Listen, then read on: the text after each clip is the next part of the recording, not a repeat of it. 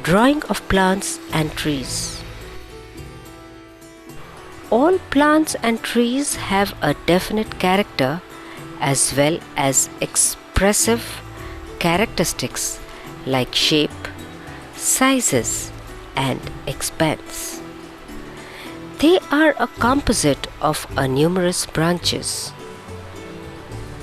leaves, flowers, as also visual and tactile textures. They together form a plant or a tree. When looking at a plant or tree, it is not so much about the individual details of its elements as a composite of all. The viewing distance is an important aspect too, whereas leaves and flowers could be viewed at close quarters at an arm's length and studied for drawing. Plants and trees are viewed from a distance of 2 to 4 meters to be able to see them as a whole. So, the study of plants and trees is essentially about their overall size, expanse, shape, and the proportions therein. The details to note are the light and shade as falls on them outdoor, the density of the foliage that you see within the tree, and the textures that are there on the stem or bark. Another aspect that you may have become better aware of by now is the negative space around the object. The main tree form, that is the positive space, is what is termed as silhouette of the object. Drawing trees might seem difficult at first, with complex branches and vast number of leaves to be dealt with.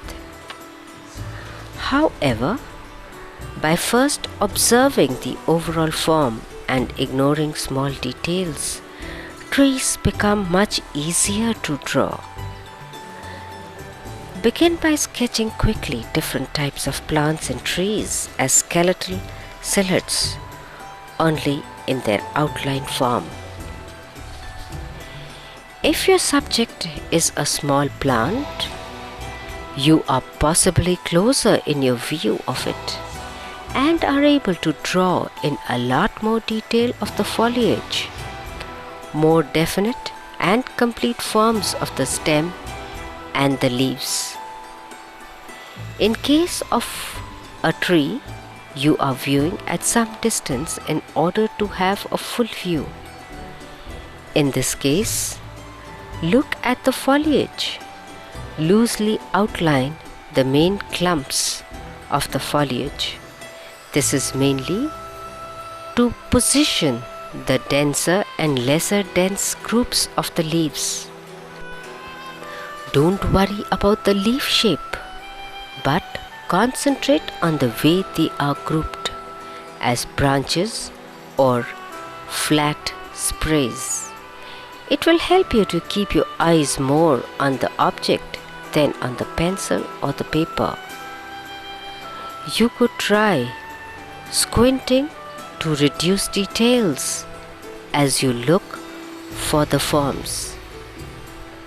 Once you have identified the position of the denser foliage, add in the main areas of tones, shading the dark areas and leaving bright areas clear.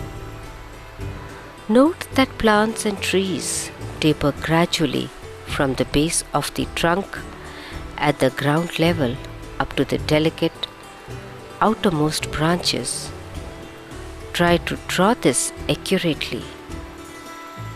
Most of the times, the branches will seem to disappear among the foliage. So, while drawing stem and branches, draw them loosely yet firmly and trail off the line by lifting the pencil. You are now ready to fill in some details. Depending on the shades and tones that you marked within the outline, demarking the denser foliage. You could add some groups of leaves where the form of the leaf is clear, though not firmly accurate. Simply speaking, it should just be a hint of the leaf form.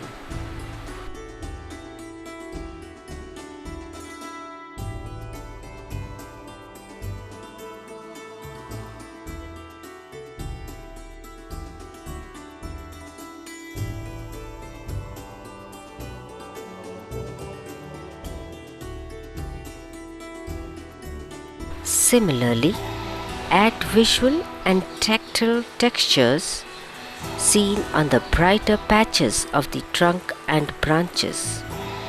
The idea is not to cover the whole surface, but to only add value to the illustration.